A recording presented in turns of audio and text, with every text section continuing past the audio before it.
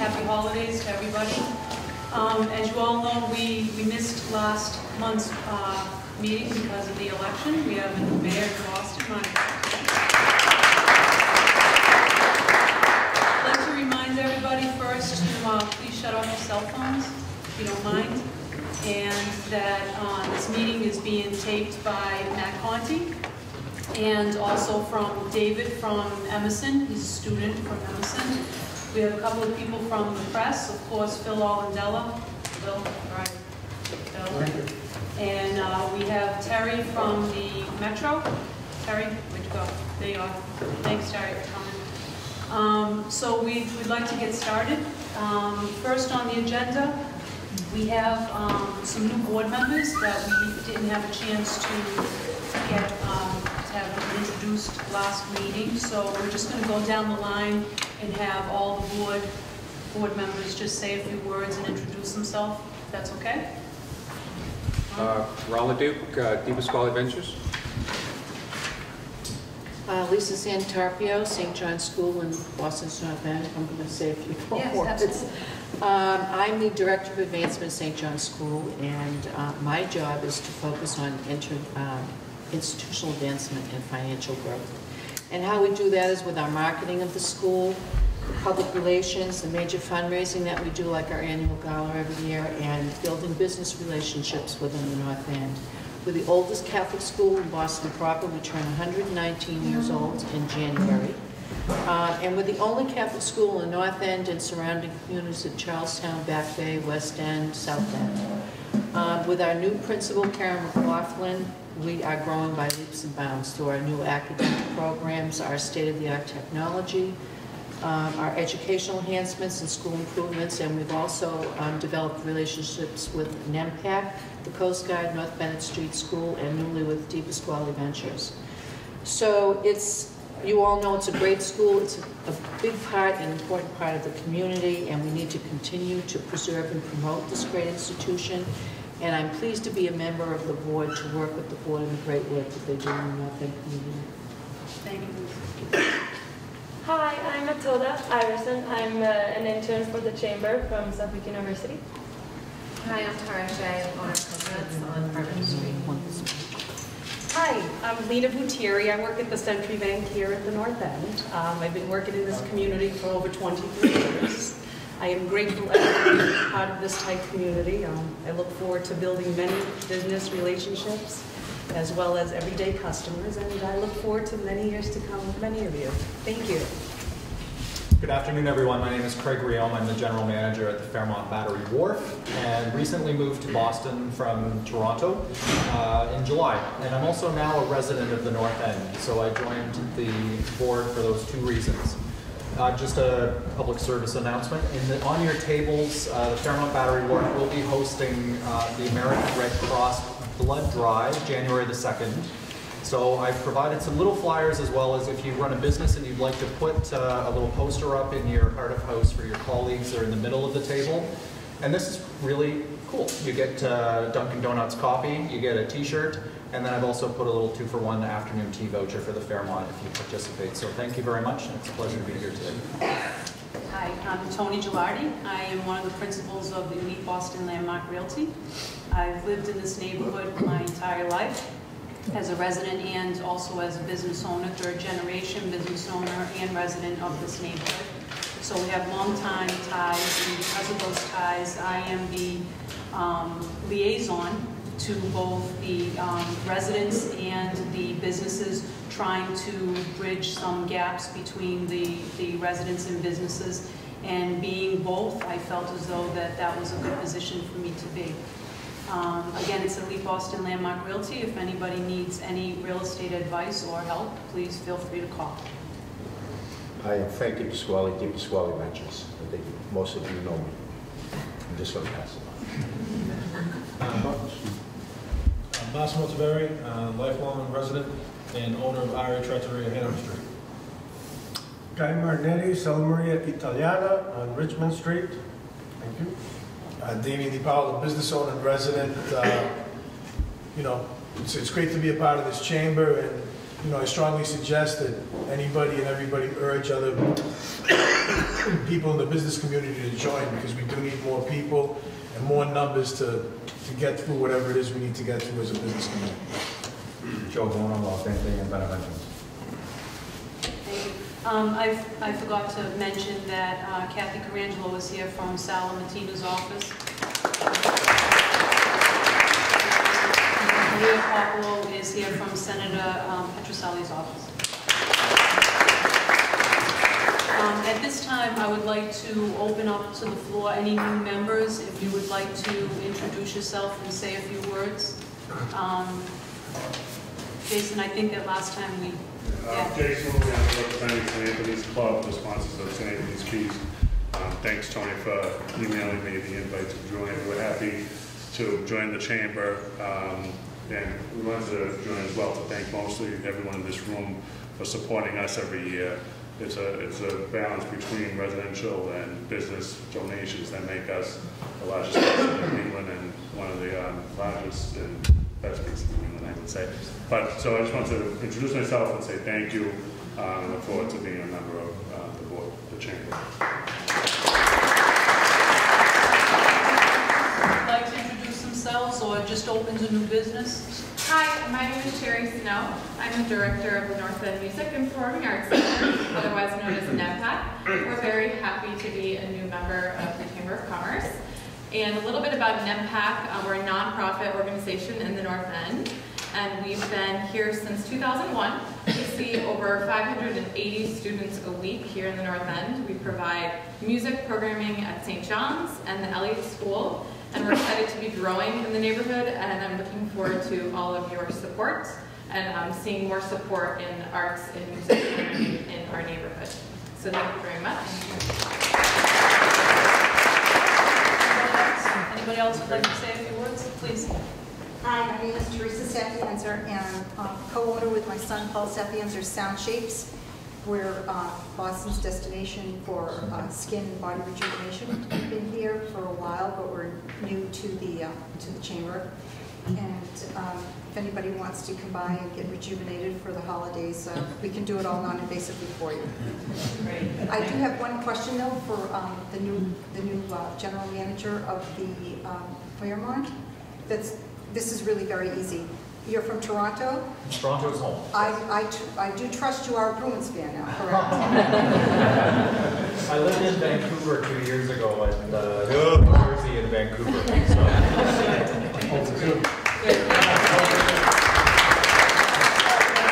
I'd like to introduce myself. I'm Bernadette DiVirgilio. I'm with my husband Anthony, and we own Cardi Foods. So most of you guys that are in the food industry with restaurants already know us. But we'd love to become a little bit more involved with the chamber, and we're here at the invitation of Frankie Pasquale. So hello, everyone. Welcome. I'd like to mention that we have once again revamped our website.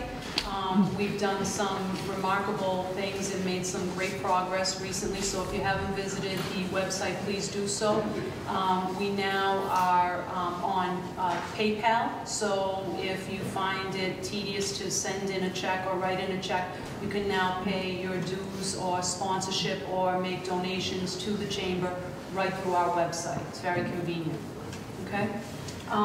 Unfortunately, our next speaker, Chris Young, is on his way but hasn't arrived yet, so I'm going to insert him when he does arrive. But Tara Shea would like to say a few words.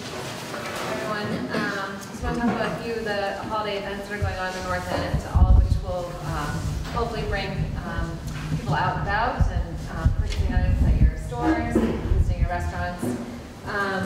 So this week in particular, there's a lot going on. Friday, December 6th, there's the from 6 to 7:30. There's a Christmas tree event. I'm sure a lot of you have seen the Christmas tree. There's the corner of Cross Street. There's some hot chocolate and cookies going on there. That night also is a big night for the retailers here. It's the 7th annual shopping stroll. I left some postcards on your table, but we also have posters that you probably see in the neighborhood.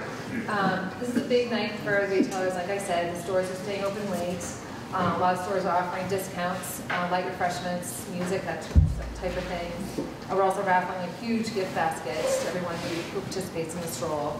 We've had lots of press with this event, and you've probably seen the Regional Review article today, and the ad in the back of it.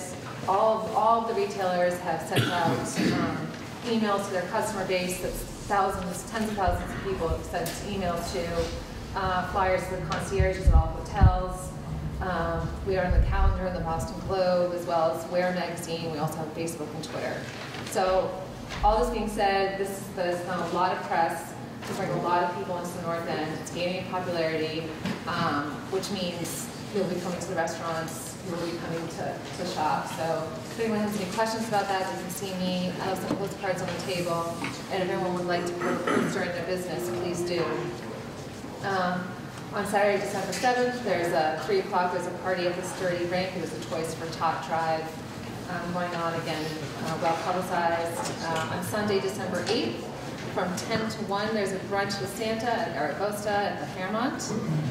Also from 12 to 2, again, this is Sunday, December 8th, the St. Agrippina Christmas celebration, which a lot of people in the neighborhood participate in, and people from outside the neighborhood also come.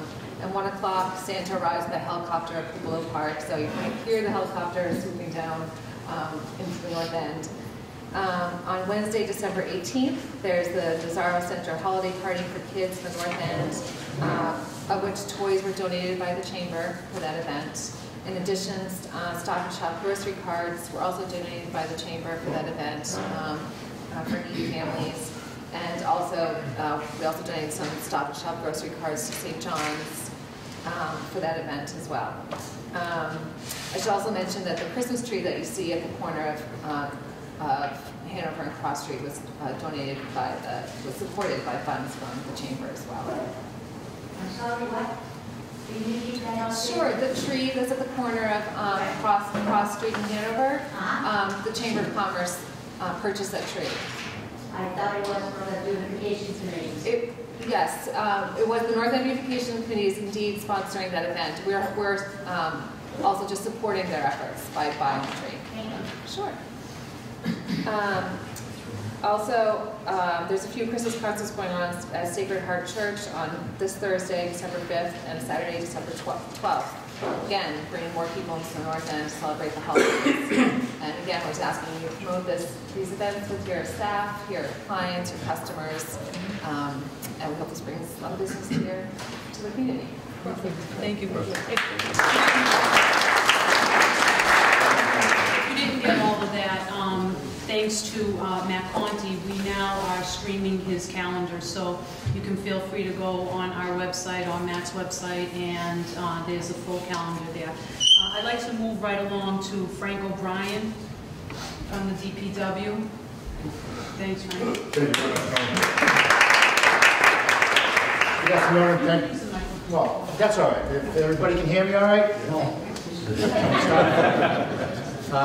Again, thank you for having me. My name is Frank O'Brien. I'm the assistant to the Boston Public Works Commissioner. I've got a very quick ask. The Street Lighting Division asked me to come and with a request for some cooperation. It's regarding the lights that are on the street trees along Hanover Street.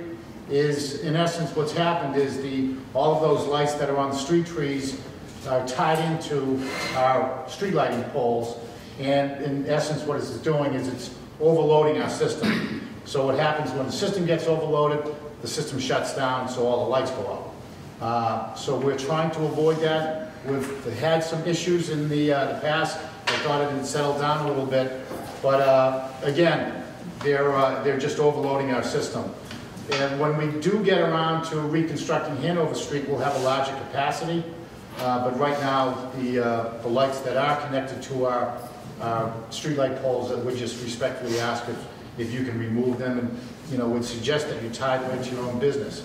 I can't speak for the Parks Department. I know the Parks Department frowns on lights that stay up for all year round on trees, that they damage the trees. Particularly if they're growing, they wind up strangling the trees and causing damage. So, but that's the Parks Department. But for Public Works, I'm asking you, save our street lighting system. The last thing we want is for the lights to go down, and then we've got a public safety issue. So that's my one request. They look great, but they're killing our street lighting system. Particularly when we light the Prado tree, which is Sunday, that's going to add just more draw on our system. So that's my ask. Frank, were there going to be fines in those? No, actually, for violators? you know, we're not going to go around issuing fines. However, it's a very simple thing that the Public Works Department would do is we're just going to come down and cut them. We're just going to cut the feed that's tied into our street light. Then, you know, at some point, I think when the spring comes around, I've noticed the number of trees that have the lights on them look like they've been there for years, and they're all tangled up, they're not tied into anything.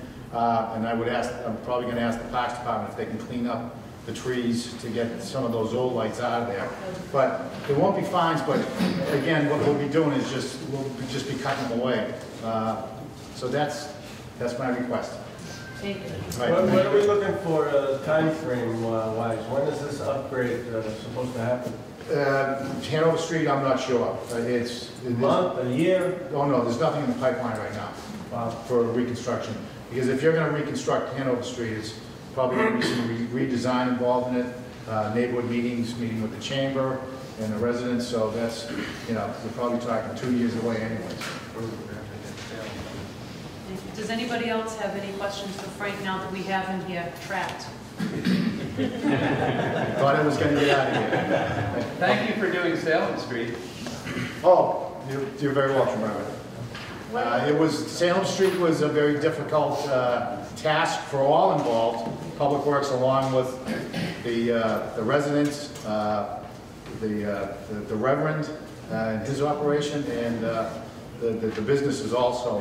It was a long, drawn-out process, but we finally got it done, and it looks pretty good. So when we do start to reconstruct other streets in the North End, I'm informed that you know, Councilor Lamartina has been pushing that, is that when we reconstruct them, that we convert the lights all to 8-1s, which are similar to Hanover now on Salem Street.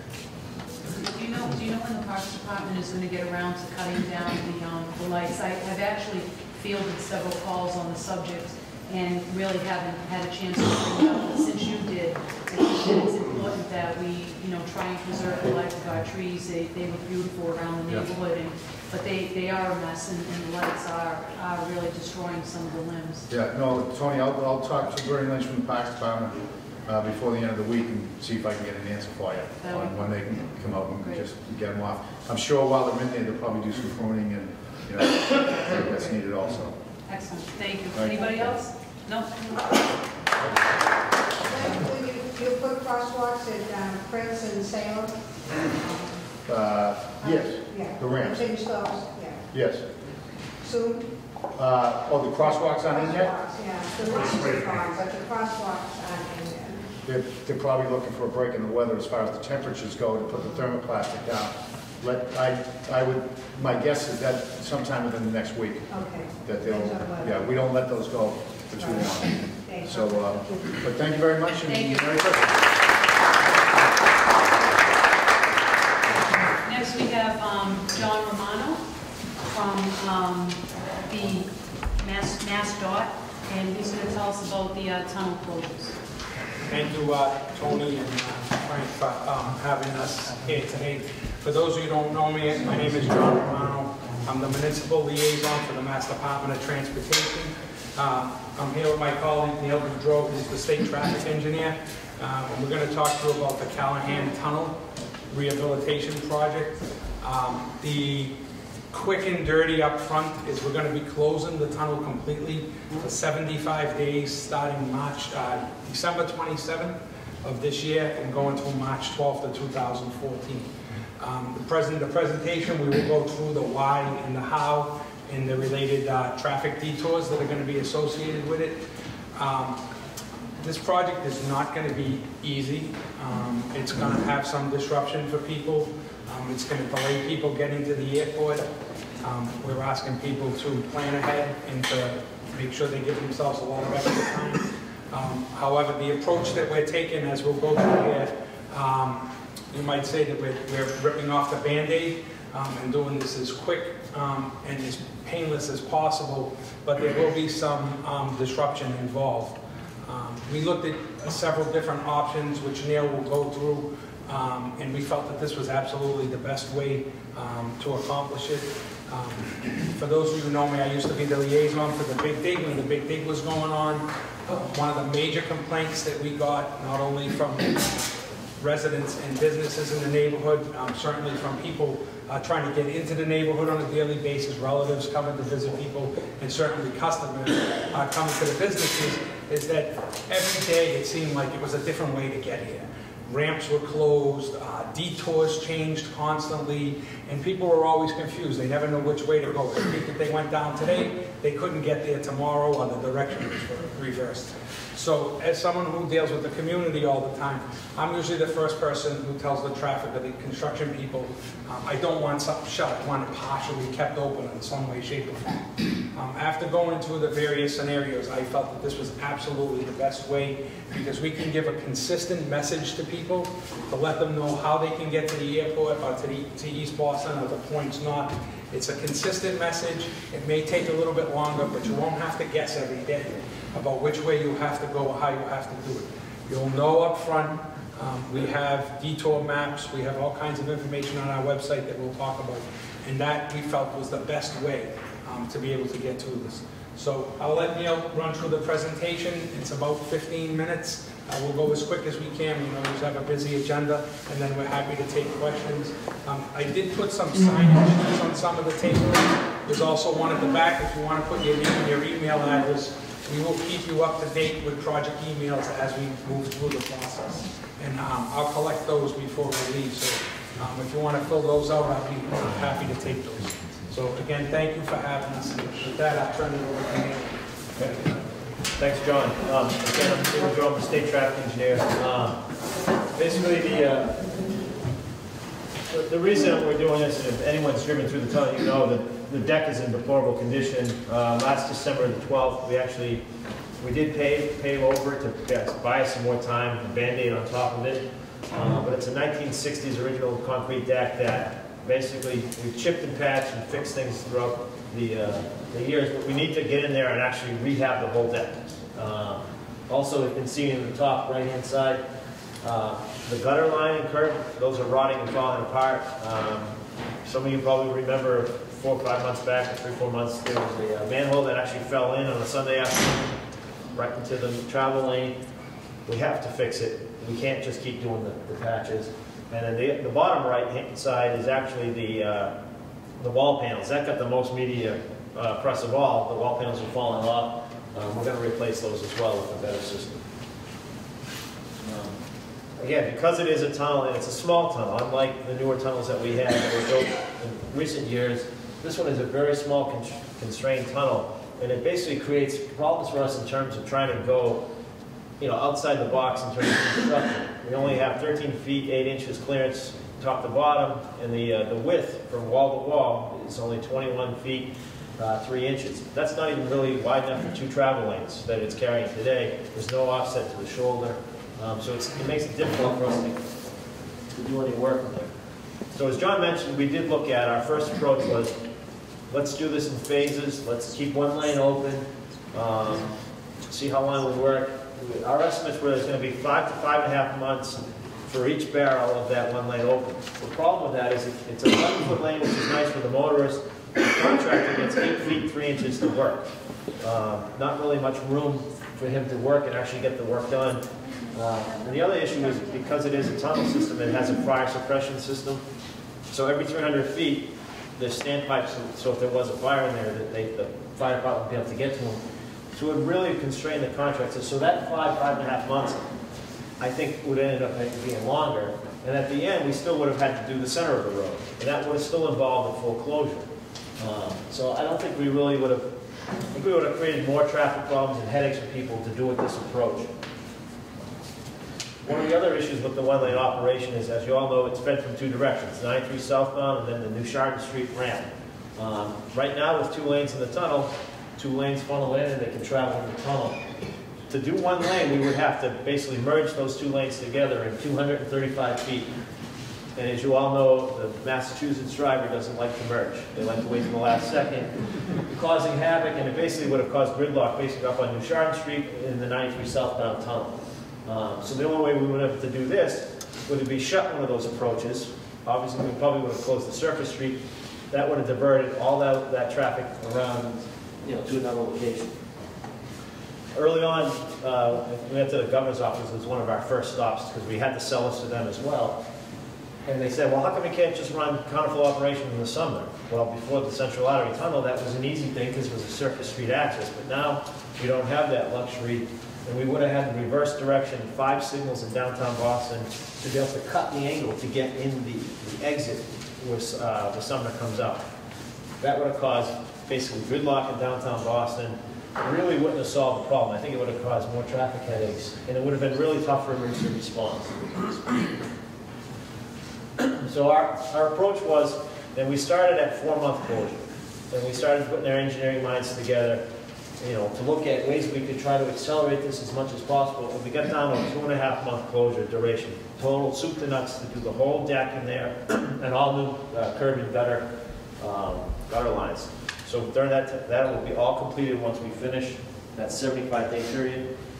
And then we'll come back and we'll do nighttime closures, similar to what we do now for routine maintenance, 11 to 5. If there's an event either in the North End or the Boston Garden or something like that, those dates or times get pushed off, and they'll be able to put those wall panels back up. Again, those are really cosmetic to make it look nicer in there. They don't serve any structural.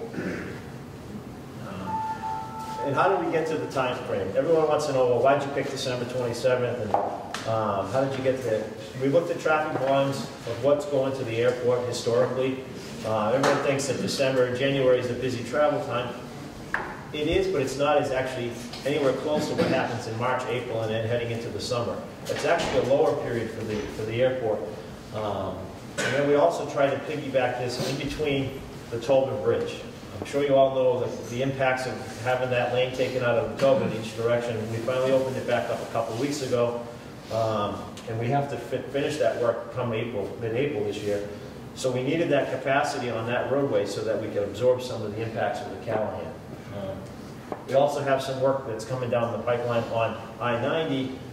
The ceiling in the Heinz Prudential Tunnel, the Heinz ceiling, has to be replaced as well. So we obviously trying to schedule that work in, and we didn't want to impact too many directions to the airport. Probably the most important part of this slide is when we first started this project, the government center station was scheduled to close, and it was going to happen simultaneously with this project. Secretary of Transportation Davey basically said, we can't do that. We need to have that mobility and have the ability to get people in and out of the government center. So that project has been postponed. Well, they're still working doing some minor stuff, but they're not closing the center until after we finish the Callahan. So, as I mentioned, we got down to 2.5 months. We put our engineering estimate together, what we thought the job would cost based on that accelerated schedule. We put it out to bid. When the bids came in, we had contractors that came in under that estimate, which means they evaluated their risk to deliver this job in 2.5 months and actually bid less than what we even thought it was going to cost. So that was, for us, that was a win-win. The other thing is we put incentives and disincentives into the contract. A little over $2 million of a carrot. For every day that contractor finishes early, he gets $71,500. Conversely, if he's late, he gets whacked that same penalty. So basically, he evaluated his risk. He thinks he can come in, and we're hoping he's going to come in on a lot less than 75 days. This is very important to all of you. The construction noise, vibration, and the sound, and dust. Obviously, we want the contractor to accelerate and get the job done, but we also don't want him to do it at all costs. So we did some monitoring and some measurements. We put some stipulations into the contract to ensure that the contractor is not inconveniencing everybody. I mean, the traffic's going to be an inconvenience. We understand that, but we're also trying not to ruin everyone's lives over here. You've already lived through that. We're going to try to do our best to keep them in check. So the traffic one, this the biggest thing, the tunnel itself carries just under 30,000 vehicles a day. The morning peak is actually not too bad, about 1,200 vehicles an hour. It's the afternoon peak is when people are trying to leave work and go home, is when we have the biggest issue. We have almost double the amount of traffic. And of that, in the morning, it's 75% of that traffic is actually going to the airport. In the afternoon, it's only about 50%, but it's 50% of that higher number. So it's still a good amount of people that we're displacing getting to the airport. The rest of the people are either going to East Boston or points north to head home for the day. I know this graphic is very high. We used the Central Transportation Planning staff who does all the modeling for the whole Boston region area. They have a very complex model. So we basically asked them, run a model and tell us who's using the Callahan, where are they coming from. They use census, journey to work data, and all that information. And we kind of summarized it into like 3 basically pots. People coming from the north is about 33%. From Stroll Drive, East Cambridge, Somerville, Back Bay area is about 1/3 of the traffic. And then downtown itself feeds about a third of that traffic. So that's what we know is using it today. And then we looked at, all right, now close the tunnel in your mall, rerun it, and tell us where people are going. Now, obviously, again, this is simplified because people that know the city and know how to get around, they find their own ways. But in general, 1/3 of the traffic is going to take Route 16 across. And I'll get into some mitigation measures we're going to do up there. 1/3 is going to use that Tocco now that we have that 4th lane back open. And a little bit higher than 1/3 is going to use the Ted Williams, which we would expect to happen is the most convenient way. So how are we going to get them there? So we decided that we were going to assign detour and alternate routes for all 3 of these locations to basically try to capture people no matter where they were coming from and get them directions to get them, over either to the airport, to East Boston, or to points north, depending on where they're coming. So if you're coming down 93, our first thing is to try to get them to take Route 16. If they don't pay attention to us, which happens a lot, despite all the signs we use, we're going to try to detour them to exit 20, Albany Street, to either come down and they can take the HOV lane, which we're going to open to all traffic for the duration of this project, or the South Boston bypass road. The other option is exit 18, which can get you to the bypass road. And one of the other things we're opening is the HOV lane from Nealon Street right now has a feed plus vehicles to go to 93 South. So instead of that surface street traffic going down to Albany Street and mixing with the same detour traffic, we're opening up that HOV feed to allow those people to come down the left side of 93 South, hoping that we're going to try to balance off that increase in traffic. So the other routes, like I said, from Cambridge and Somerville areas, we're going to try to push people up and over to Tobin. Wishful thinking, we're going to guide them with signs to go all the way out to 16 and come down one way. We know that they're going to come down Chelsea Street and they're going to try Marine Street. So we're going to work with Chelsea. We're going to have police details at key locations, traffic monitoring cameras and stuff. Recognize that we're not going to sign it, we're not going to encourage it, but people are still going to do it, so we want to make sure we're prepared. On Route 16, again, we're going to try our best to try to push people from the north to use that way. And then people coming in I-90, we're going to try to reach out, even people that would come down Route 2 or Route 3 from the north to come in I-90. As I said, the Tobin's open to all traffic. Right now, there's some signing for the airport. We're going to do an extensive signing program to basically guide people all along the Tobin Bridge. We'll cover those traffic diversions. Route 16, there's 20 signalizing intersections along Route 16. If anyone's driven that road, it's difficult, to travel through there right now. We are actually working on upgrading and improving the traffic signal controllers, the equipment, the detection. We've already done striping at a number of locations. 16 of those intersections belong to the DCR. They're not even MassDots, but as part of this and the fact that we need to mitigate this, we're making those improvements to try to make driving through there more feasible. Out on 1A, right now, what kind of happens is people that take the Ted Williams tunnel, they come out of the tunnel, and they're faced with the down ramp that goes down to the Day Square area of East Boston, backs up onto Route 1A every day in the afternoon, because they just can't handle that traffic underneath. So what we're going to do is the yellow section, this barrier, concrete barrier that we are going to rip out, because the left lane on the side of that yellow barrier is coming from the Callahan, which has no traffic in it because it would be closed. So we're going to restrike this to allow those 2 lanes to kind of bypass that ramp that's going to be backed up in the duration of this project. Down in the Day Square area, we've already done some striping for do not block the blocks. We've got additional signs going. We worked very closely with the City of Boston Transportation Department putting up some signs and some directions to try to help improve the traffic flow through the area. And just this past weekend, Massport has opened up their bypass road that was previously only for cabs and limos and buses to all traffic. So again, to help improve the flow through the city. I know this is hard to read graphic, but we have basically an extensive deployment plan for what we call smart work zone equipment. So I have portable trailers with cameras and message boards on them. Some just have cameras. So we can monitor intersections where we think there might be hot spots. We can see if we need to change the signal timings. We can post messages real time to let voters know what they need to do.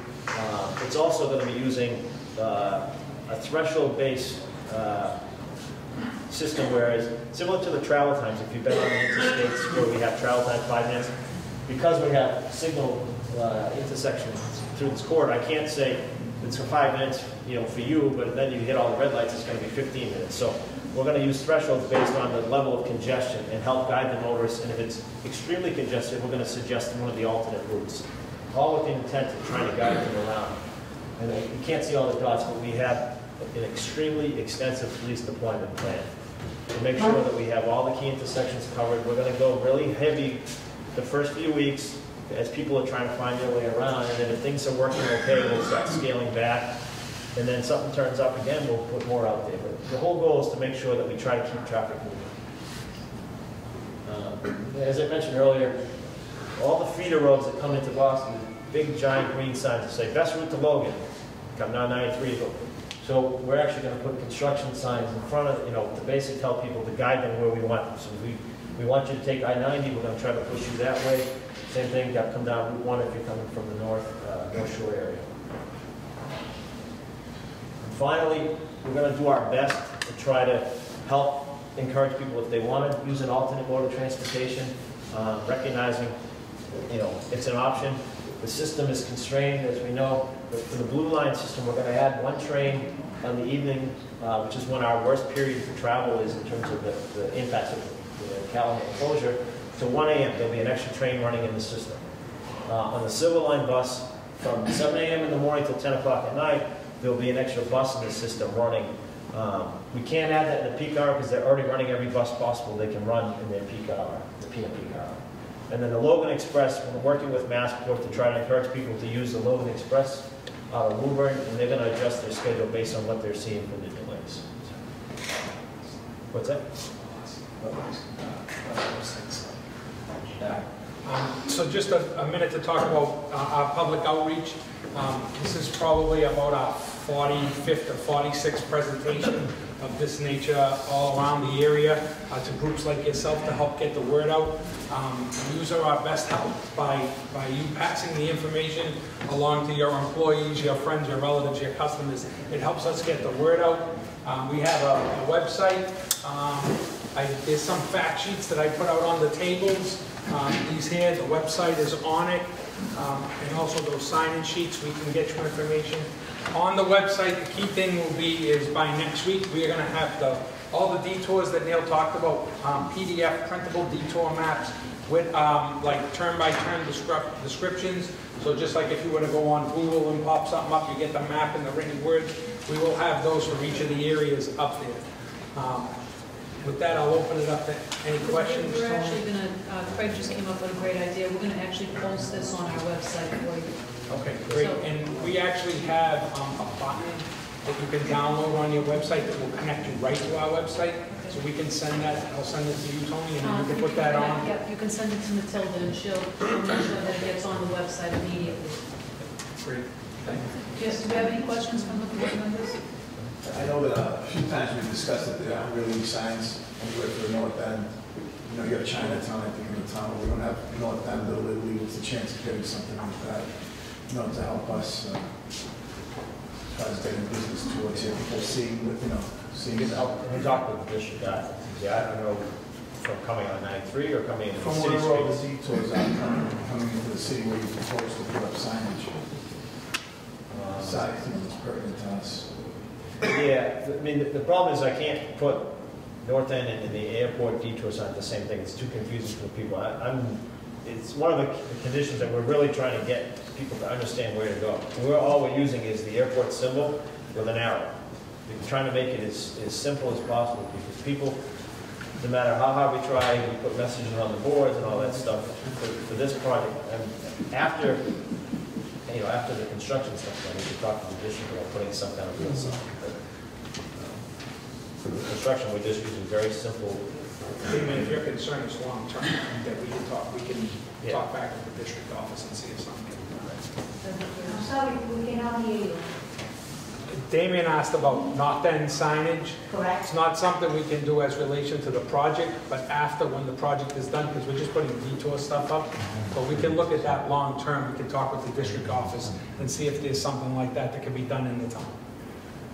I can understand what Damien is trying to say, and I totally agree with him because it seems that we had the because artery and the north end was they totally taking on it. Now we have in the project, which I think is, it requires it, but yet again, the north end is left behind. And we've been going through a lot, and the economy is not what it is. So if we can help each other, you guys need to help the community that we're trying to establish and we're trying to survive. So we do need some signage, we do need, amplification, we do need the cooperation of DOT with the communication. That's what I stress the most. We do need the communication that the public does not read well, but if they do pay attention to the communication. It's not that the drivers are bad and they drive fast. They don't. But, you can see the other places as well. On Route 16, there's a lot of problems on that route, going into the airport through Chelsea or whatever, which usually that's what I take. That needs to be upgraded a little bit, but the signage had to be there saying that the Callahan tunnel will be closed from such and such, or go to the media, Channel 4, Channel 5, or whatever. Those are the ones that the people can hear to, the radio. We kind of skipped over that piece because we were a little pressed for time. But believe me, on December 27th, if you don't know this tunnel is closing, we will be at every media station, every traffic reporter, everybody that you can imagine, we are going to be doing this. The Globe, the Herald, so there will be no shortage of outreach when we do this. I kind of glossed over that. John, just how far in advance are signage pieces saying effective December 20th? The variable message board started yesterday. We also up on all the digital billboards across the state, all the ones up on I-93. We have a public service announcement, safety announcement. They started either yesterday morning or yesterday afternoon or this morning. They have that on there. So that part of the outreach is already started. Thank you. Thank you, John. I have a quick environmental question. Is there lead paint down there? When you start to say about construction dust and noise, I mean, if you're disrupting things that could have lead paint on them, I mean, how does that affect the community? I don't think there's anything painted in there because it's all, there's rebar under the concrete deck, and then basically there's nothing exposed. All the brackets that were for the wall panels, it was a metal bracket. The new bracket's going to be a composite, non-metallic material. They're not touching anything in the ceiling or the lights or anything. It's basically a roadway job in a tunnel. So it's really just the deck. And Tony, we do have an environmental engineer, Alex Katzbach, who works for us at MassDot. He's working with a consultant for the project, and he's the one who's doing the dust and noise monitoring, so he will be there monitoring. Great. Anybody else have any questions? I have a comment. Yes. Hi. So I appreciate the fact that it's limited to 75 days, and that's great. I do, as a business owner, see a lot of people coming to the North End as their last stop for going to the airport, getting their last-minute Boston gifts, their last meal. So I do think this is going to have an impact on business in the North End. My question is, are you guys promoting water taxis or other types of water taxis could be pretty? We've talked with them, water taxi about a couple of things. There is a water taxi service. I think it might run from Rose Walk, I'm not 100% sure. And the Fairmont. They have their service. We're not going to do any increased service with that. Not going to? Not going to do any increase, just whatever they do. All right, please, I'm sorry. Just one more question, and then we need to move on. I was just thinking, like that surface road, backs up terribly now, and you putting more cars on it to get to February in town. Do you see police at all those intersections during rush hour? We're actually not going to use the surface road as the main detour for that exact reason, but people will use it, and yes, we've met with all of the captains of the Boston Police from North End, South Boston, downtown, to go over that. Those are all the dots you couldn't see. That's great. We'll post everything going out. You can see Matilda and she'll get you that little button on our website. Thank you very much. I just want to acknowledge that State Representative Leonard Church just walked through the door. If my right on to Steve Tocco and the Wynn Corporation. I'm going to speak from here, and if you can't hear me, yell. The first thing I wanted to do was apologize. I was scheduled to be here a couple of months ago, and through a scheduling snafu that I created, I missed it, and I do apologize for that. But I am thrilled to be here. I'm here with my son John, who actually works for Wynn. I work for MO Strategies and been working for the Wynn Corporation for 10 years on gaming in Massachusetts, starting with the establishment of the Gaming Act, getting it passed, and then working on the project that we have in Everett. And there's been a lot of winding roads in that process. I'm going to take a few minutes to sort of tell you conceptually why Wynn is focused on Everett and Greater Boston. His sense is that there are several great cities of the world, and as a hotel operator, you can tell it's very hard to build a high-end hotel. And his view is to build the next great generation of hotels, having a casino that can help compensate for that cost increases and make the balance sheet come into focus for investors. He thinks that through the great cities of the world, one of them being Boston, that he really wants to weave a whole new Wynn brand, called an urban Wynn. The important things to know about urban Wynn is, number one, he doesn't want to compete with businesses in the area. He wants to integrate into the area. There will be a retail venue in this facility. John will take you through it. But there's going to be very few restaurants. There'll be a sports bar, there'll be this, but it's not going to be an extensive retail outlet that's going to hopefully draw business away from you all. The other thing that he is doing is working with groups like the Chambers and programs that we can work in collaboration to try to get our customers into your neighborhoods and vice versa. We're working with the TD Garden as an example, putting together, we're not going to have a big entertainment venue like they have in Las Vegas. We're going to work with the Symphony Orchestra, we're going to work with the TD Garden. We're working with those venues so that we can integrate and collaborate with them rather than be in competition. And that's one of the important staples of urban Wynn, that he wants a different type of facility. It's going to be a destination resort. There'll be 500 five-star suites in this facility, and again, John will walk you through the facility. The Gaming Act process has been interesting and with many detours, but where we're at today is final applications are to be submitted by December 31st. We have been working on this project in Everett since November of last year. We have fully designed it. Mr. Wynn has his own design team in-house. If any of you have visited his facilities, they've been characterized as the best in the world. He's viewed as the best operator in the casino business and in the hotel industry over the years. He wins every award for how he treats his employees, measured against all others. He really is the best at this business that there is.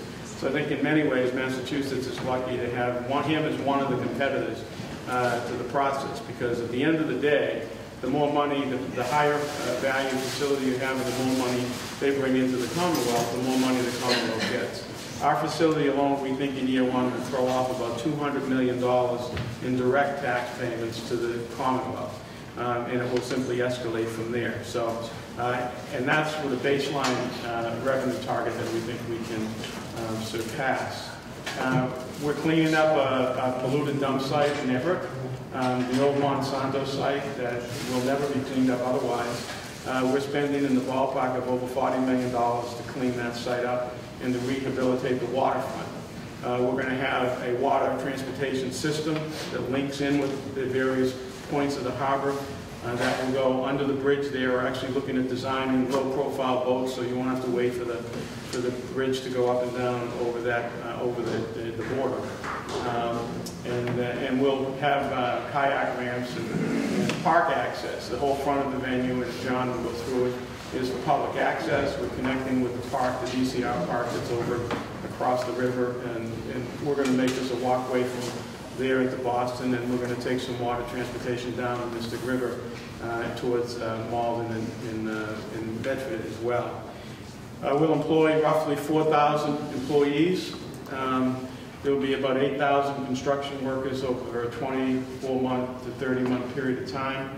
There's going to be all local hiring preferences. We're working on training programs with various institutions around town. We have to really hire and train close to 4,000 workers. So if we're lucky enough to get a license, we're running well ahead of the environmental permitting process.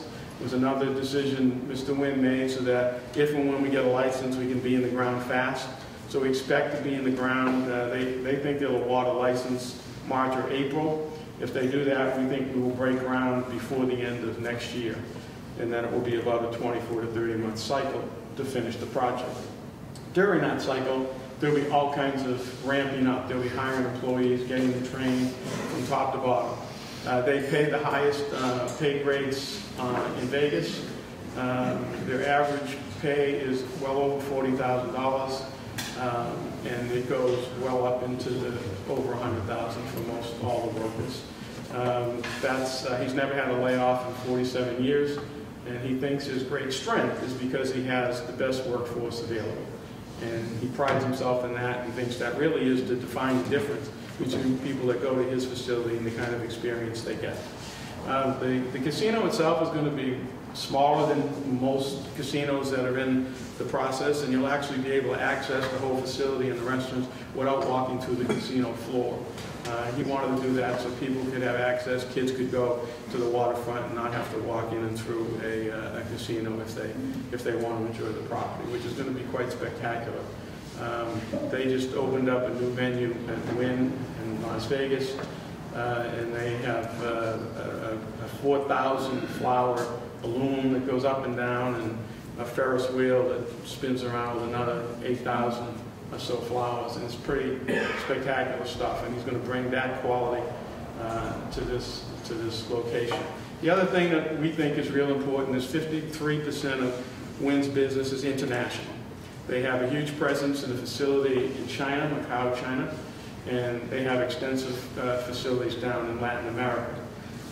They're already working on extensive marketing programs, and what they found out and why Boston was actually why they pulled out of Philadelphia and wanted to stay and work hard to win Boston was the surveying they did with all their international clients.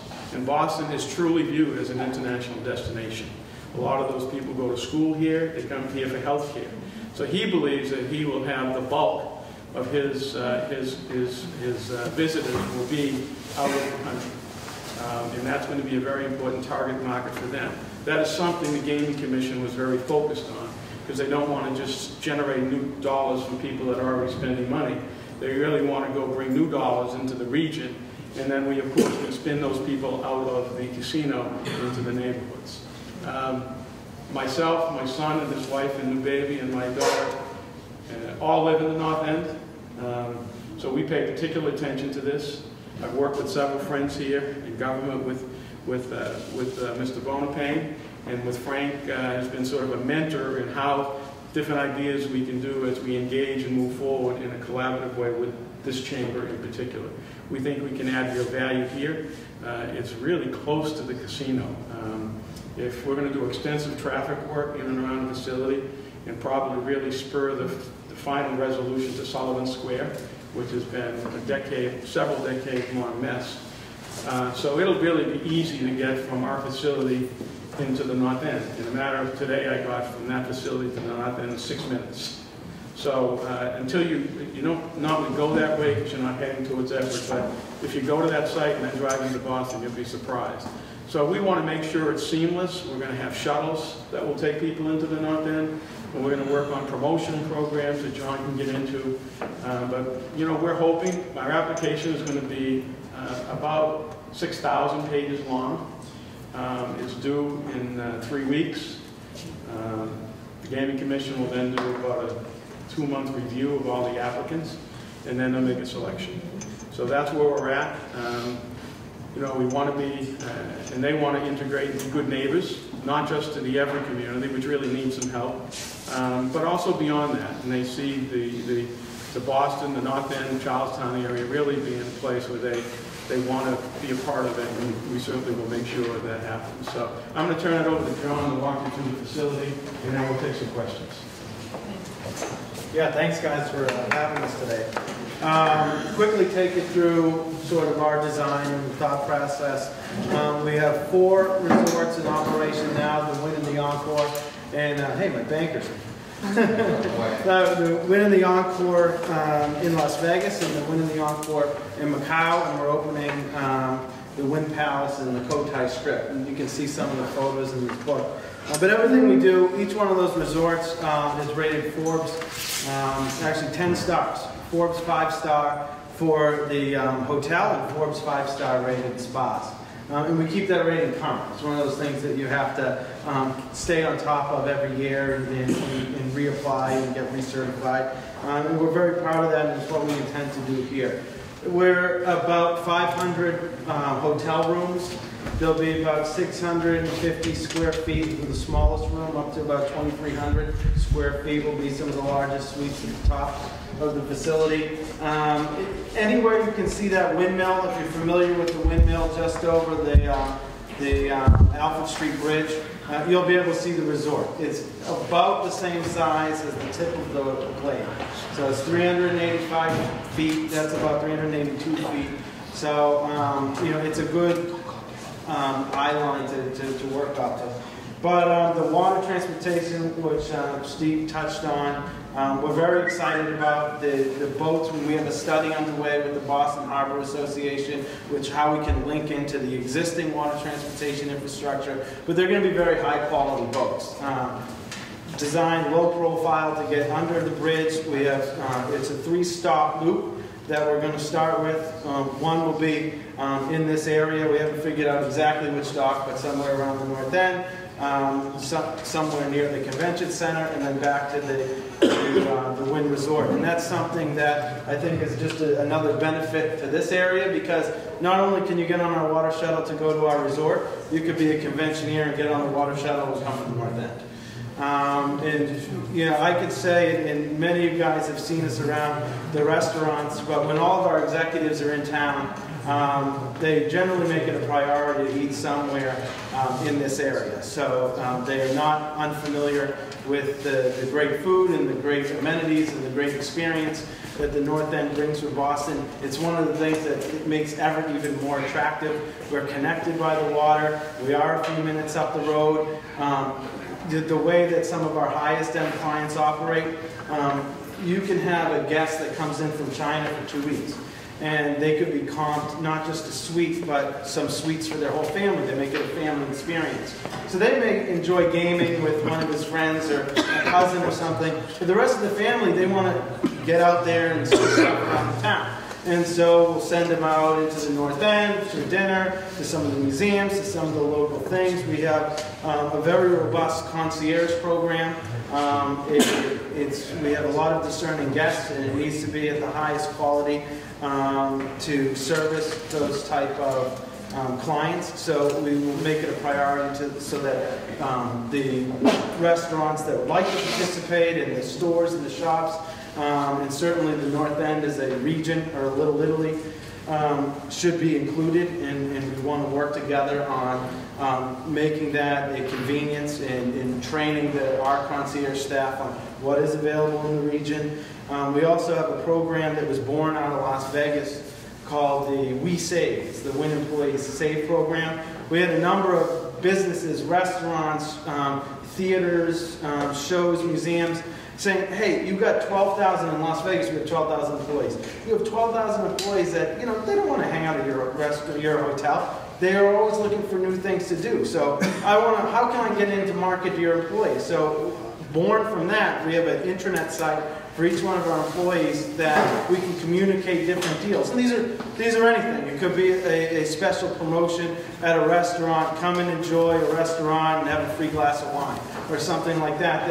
It's really a good way that not just to open up our customers to you, but really create some repeat customers. There are 4,000 new employees living in and around Everett, Malden, Medford, Charlestown that may not think of coming down here, could come down here. The other thing we do is spend millions a year on employee incentives. It's what gets us the employee reviews, and the #1 place to work in Las Vegas is we do cash rewards, and those are welcome by our employees, but we also build experiences because we like to treat our employees to things that they may not ordinarily do for themselves, so that they go out of their way to service a guest. And it could be anything of like, you know, there was a guy that, you know, found a broken wheel to a woman's luggage, walked all around the facility, followed the track out, she saw her in the taxi stand, and popped the wheel back into the luggage. She was grateful. Well, he got a nice experience for going above and beyond. So this could be a dinner and a show, a dinner and a hockey game, or something like that. And we spend a lot of money in our community, in the community, so that we can introduce our employees to places like this. But I'm getting a little long-winded. I didn't spend too much time in the facility, but I know that there's a lot of questions and answers that you may have, and we'll see where it goes. Questions? That's a question? Yep. You said there's some retail or not? There will be some retail. Not like the South Carolina deal with. No, that was heavy in retail and heavy in entertainment venue. We really skinny that way down. Again, the urban Wynn vision is quite different. It's to really be part of it. And the retail that's there is going to be very different. It's very, very high-end Chanel's and all the stuff that I want my wife to stay away from. All those type of stores. So they're not very competitive in this market. I think it's a nice complement. I think we'll be able to draw a lot of people from outside the region to this area, and connecting by boats and things. Those are just great ways to get people circulating around. And as you know, you go to a resort like this and you never want to stay on the property. You want to go experience all the different things. So I think that, I mean, when you look at it, the closest retail opportunity, restaurants and shops, is the North End to our facility. And shame on us if we don't figure out a way to take advantage of that to your benefit and certainly to our benefit, because if Mr. Winfield, if his customers are happy, then he's happy. So I think we'll continue to work on that with the chamber. I know Frank had some ideas, and we've talked about a bunch of others, but we're pretty open-minded. You know, once we get this license, we will shift into a whole new gear here. Right now, it's just trying to cross the T's and dot the I's and beat the competition. But you will see a very quick pivot because they'll immediately start to send.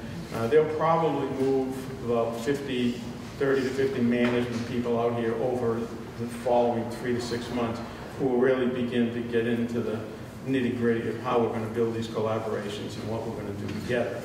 And I'm certain we'll end up being members of the chamber as well. So, yeah. Some of the things we talked to Frank about too, and really this business is it's an inside sport, so it's a great draw in the winter when it's cold and there's something to do. It's going to bring people to this area in the winter. And we've talked to Frank about how do we collaborate and keep people over here in the winter and boost that hotel business in the area in the off-season months, the restaurant business in the off-season months. We talked about doing, Little Italy events, maybe at the facility that can also tie people back into the area. So there's a number of ways that we can be creative and build a long-term successful partnership. The project is going to cost around $1.3 billion to $1.5 billion. And he has probably the only applicant that can finance it himself. So money is not going to be our issue. He's going to do it the way he needs to do it to make it a worldwide attraction. And so that's, I think, the good news for the region. And I think if the Gaming Commission, I know they're going through a lot of struggles, but the legislature, when it was all said and done, wrote a good bill. And their objectives, I think, at the end of the day, are really going to be met. So. Any questions from the audience? Well, good. Thank you.